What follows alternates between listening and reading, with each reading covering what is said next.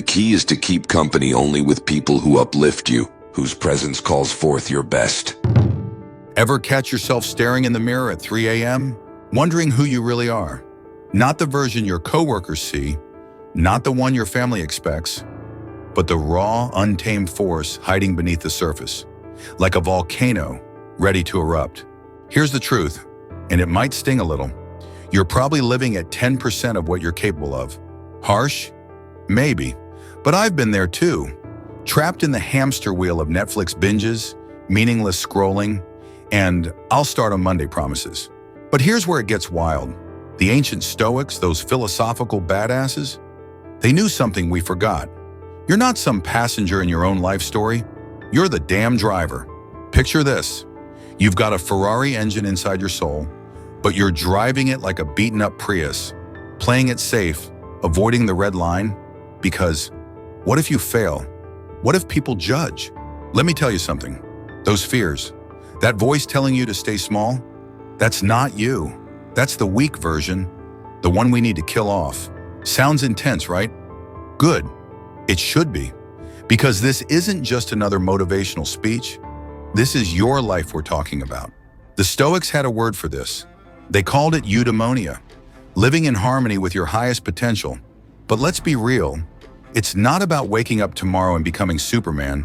It's about tiny battles, daily choices, moments when you could quit, but you don't. When your alarm rings at 5 a.m. and your bed feels like heaven, that's a battle. When your mind says give up, but your heart whispers one more try, that's where legends are born. Look, I'm not here to coddle you or sell you some miracle formula. I'm here to shake you awake, to remind you that mediocrity is a choice. And today, right now, as you're watching this, you're making that choice. Before we dive deeper into this life-changing journey, do yourself a favor. Smash that subscribe button. Because what's coming next might just be the wake-up call you've been waiting for. No more hiding, no more excuses. The time is now, and trust me, you're ready for this. The mediocrity trap. You know what's scarier than failure? Settling, living in that gray zone where everything's fine, just fine. Not great, not terrible, just stuck in that lukewarm middle ground where dreams go to take a nap. Let me paint you a picture. It's Sunday night and you're lying in bed. That knot in your stomach, it's not just about Monday morning. It's about being trapped in a life that's running on autopilot, going through the motions, collecting paychecks, scrolling through other people's highlight reels, while your own dreams collect dust in the corner. Here's the truth about mediocrity. It's not your enemy. It's your comfort blanket, that warm, cozy excuse that whispers, hey, at least you're not failing. But let's get real. Isn't that exactly what we're doing when we choose to live at half capacity? Those ancient Stoic philosophers, they saw this coming. Marcus Aurelius, Emperor of Rome, wrote in his journal about this exact battle, not with armies or barbarians, but with the daily choice to either push forward or just exist. They understood something we've forgotten, that living an okay life isn't really living at all. It's just existing. Think about your morning routine. Hit snooze 3 times? I'm just not a morning person. Skip the gym. I'll go tomorrow. Order takeout instead of cooking that healthy meal. I deserve a break. See what's happening here? These aren't just habits. They're the building blocks of a mediocre life. But here's where it gets interesting. The Stoics had this radical idea. They believed that every single moment is a chance to practice excellence. Not just the big moments, not just when people are watching, but in every single choice. Let me break it down in modern terms. When you're at work, are you actually giving it your all? Or are you just doing enough not to get fired? In your relationships, are you truly present? Or are you just nodding along while thinking about what to watch on Netflix later? The good news? This isn't about shaming yourself for being human. We all fall into this trap, all of us. But the Stoics taught us something powerful. Awareness is the first step toward change. Once you see the mediocrity in your life, you can't unsee it. And that's when things get interesting. Want to know the real kicker? Mediocrity isn't just about what you do. It's about what you don't do. It's about those dreams you put on hold, those books you've never written, those skills you've never developed, those connections you've never made, all because now isn't the right time. But here's the thing, and this is crucial, recognizing mediocrity in your life isn't a curse. It's a gift. It's like finally diagnosing an illness you've been feeling but couldn't name. Once you name it, you can fight it. Once you see it, you can change it. The Stoics weren't just philosophers sitting around thinking deep thoughts. They were practitioners of life. They understood that excellence isn't an act, but a habit. And habits? They start with awareness, continue with choice, and end with action. Breaking free from your inner critic. Let's talk about that voice in your head. You know the one. That constant commentator who's always ready with a fresh batch of doubts served ice cold. You're not ready. Who do you think you are? Remember that time you failed? Yeah, that voice. Here's something wild about your inner critic. It thinks it's protecting you. Like an overprotective parent who keeps you in bubble wrap, it's trying to keep you safe. But safe from what? From growth? From success? From actually living? The Stoics had this brilliant take on our inner dialogue. Epictetus, and trust me, this guy knew a thing or two about mental toughness. He said something mind-blowing. It's not the events that disturb us, but our judgments about them. Let that sink in for a second. Your inner critic isn't reporting facts, it's just sharing its opinion. And honestly, its track record for predictions is pretty terrible. Think about it. How many times has your inner critic been dead wrong? Remember when it said you couldn't handle that presentation? Or when it convinced you that asking someone out would be a complete disaster? Yet here you are, still standing, still breathing, still growing. But here's where it gets practical. You can't just tell your inner critic to shut up. Trust me, I've tried. It doesn't work. Instead, let's get tactical about this. When that voice pipes up with, "You're going to fail," respond with, "Maybe, but I'm going to learn something valuable either way." When it says you're not good enough, counter with, "Not yet, but I'm working on it." This isn't some feel-good positive thinking nonsense. The Stoics were all about brutal honesty, but they understood something crucial. Honesty without purpose is just criticism. Every thought should serve a purpose, push you forward, make you stronger. Let me give you a real-world example. Say you're about to give a presentation. Your inner critic starts its usual routine. They're going to see right through you. You're a fraud. Instead of fighting these thoughts or trying to silence them, acknowledge them. Thanks for trying to protect me, but I've prepared for this. Whether they love it or hate it, I'm going to walk out of that room stronger. Here's a Stoic practice that's like kryptonite to your inner critic. The premeditation of adversity. Before any challenging situation, ask yourself, what's the worst that could happen? Not in a catastrophic way, but in a practical way. Then ask, could I handle that? The answer is almost always yes, and suddenly your inner critic starts losing its power. Remember this, your inner critic is like a bad GPS. It's working with outdated maps, always trying to steer you back to familiar territory.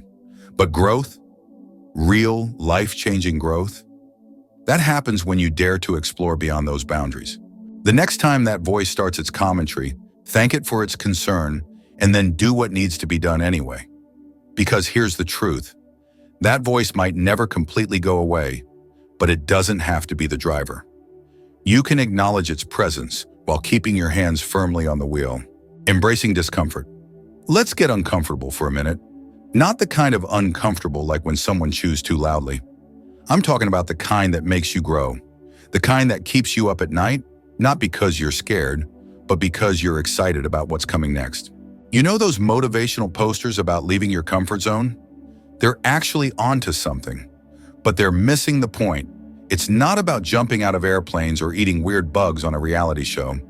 It's about those small daily moments that make your heart race just a little faster. The Stoics? They were the original discomfort seekers, but not in some masochistic, pain-loving way. They understood something profound. Comfort is the enemy of greatness. Marcus Aurelius didn't write, "Take a cold shower" to post about it on social media. He embraced discomfort because he knew it was the fastest path to becoming unshakable. Let me break this down with a modern twist. That meeting where you need to speak up, that's your arena? That early morning alarm when your bed feels like it's made of clouds? That's your battlefield. That difficult conversation you've been avoiding, that's your training ground. Here's the thing about discomfort. It's like a muscle. The more you use it, the stronger it gets. Start small. Maybe it's making your bed military style every morning when you'd rather just leave it messy. Maybe it's pushing through that last set at the gym when your muscles are screaming and that voice in your head is begging you to quit. These aren't just random acts of self-torture. They're declarations of war against mediocrity. The beauty of the Stoic approach to discomfort is that it's strategic. They didn't just suffer for suffering's sake. They had a purpose. When Seneca, one of Rome's wealthiest men, practiced poverty, he wasn't doing it for show. He was building resilience. He was telling himself, even if I lose everything, I'll be okay. Think about the last time you faced something uncomfortable and pushed through anyway. Remember that feeling afterward? That mix of pride, strength, and holy crap, I actually did it? That's not just an emotional high. That's your comfort zone expanding. That's you becoming more than you were yesterday. But here's where most people get it wrong. They think embracing discomfort means being uncomfortable all the time. It doesn't. It means being comfortable with being uncomfortable. See the difference? It's like being friends with that guy at the gym who always pushes you to do one more rep. You might not love him in the moment, but you love what he helps you become. Let's get practical. Pick one thing, just one thing, that you've been avoiding because it feels uncomfortable. Maybe it's calling that person you need to apologize to. Maybe it's finally opening that savings account you've been putting off. Maybe it's deleting that time-wasting app that's been stealing your attention. The Stoics would tell you this isn't just about building character. It's about freedom. Because when you get comfortable with discomfort, nothing can stop you. Bad day at work, you've handled worse. Unexpected bill, you've trained for this. Life-throwing curveballs, bring it on.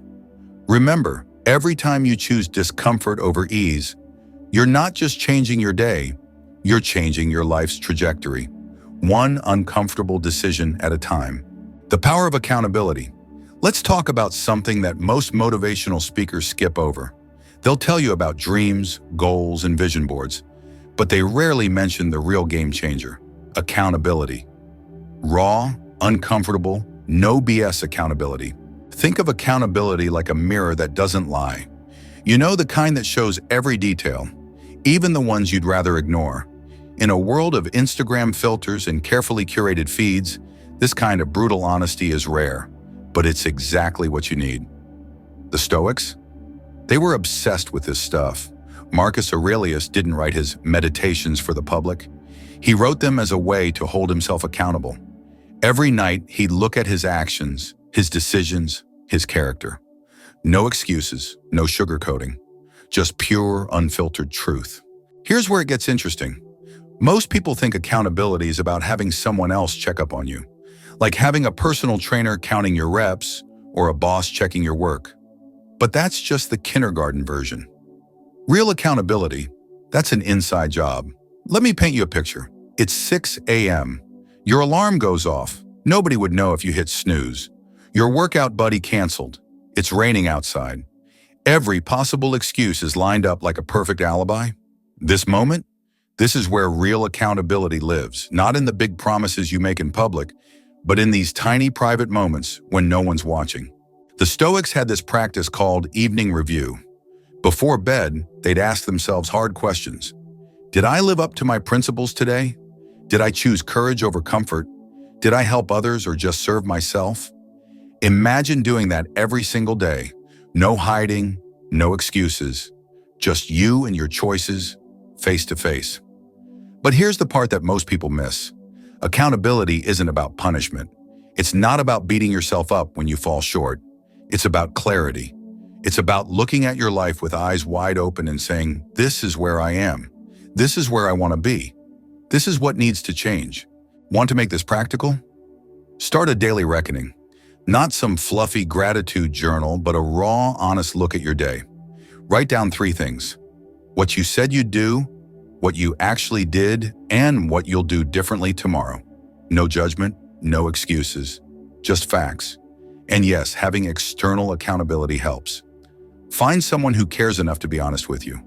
Not a cheerleader who'll smile and nod at everything you say, but someone who'll call you out when you're playing small. someone who sees your potential and refuses to let you settle for less. Remember this, every time you choose accountability, you're choosing growth. Every time you face the truth about where you are and what you're doing, you're building strength. It's not always comfortable. Actually, it's usually uncomfortable. But that's how you know it's working. Think of it this way. Accountability is like gravity. You can ignore it, you can deny it, but it's still there, still working, still shaping your reality. The question is, will you use it to stay grounded, or will you keep pretending you can fly? Your circle of influence. Let's get real about the people in your life. You've heard that saying, you're the average of the 5 people you spend the most time with. But this isn't just some motivational quote to share on social media. This is survival. Think about your phone for a second. What happens when you connect it to a weak charger? It drains, slowly, silently, but inevitably. Now, some people in your life, they're exactly like that weak charger. They're not bad people. They're just not powering your growth. The Stoics understood this at a deep level. Seneca wrote, "The key is to keep company only with people who uplift you, whose presence calls forth your best." He wasn't talking about ditching your friends for some exclusive success club. He was talking about something more profound, the subtle way people shape your reality. Let me break this down. When you're around someone who's constantly pushing their limits, constantly learning, constantly growing, what happens? Something shifts in your mind. Suddenly, your impossible starts looking pretty possible. Their normal becomes your normal. Their standards become your standards. But here's the flip side, and this might sting a bit. When you're surrounded by people who settle, who complain but never change, who dream but never do, guess what becomes normal? Mediocrity starts feeling comfortable. Excuses start sounding reasonable. Dreams start looking like delusions. Now, I'm not saying to go home and ghost everyone who isn't crushing life. This isn't about being elitist. It's about being intentional. The Stoics weren't hermits. They were deeply involved in society, but they were strategic about their influences. Think of it like programming your mental radio. Some stations play nothing but drama, complaints, and reasons why things won't work. Others broadcast ambition, solutions, and possibilities. Which station are you tuned into most of the time? Here's a challenge. Take out your phone right now. Look at your last 10 messages. Are these conversations pushing you forward or holding you back? Are they filled with plans and possibilities or complaints and excuses? This isn't judgment, it's data. But let's get practical. Start by finding just one person who's where you want to be. Maybe it's in business, health, relationships, whatever matters to you. Follow them, study them. Better yet, find a way to help them. Be useful, add value. Real relationships aren't built on taking, they're built on giving. And while you're building these new connections, be that person for someone else.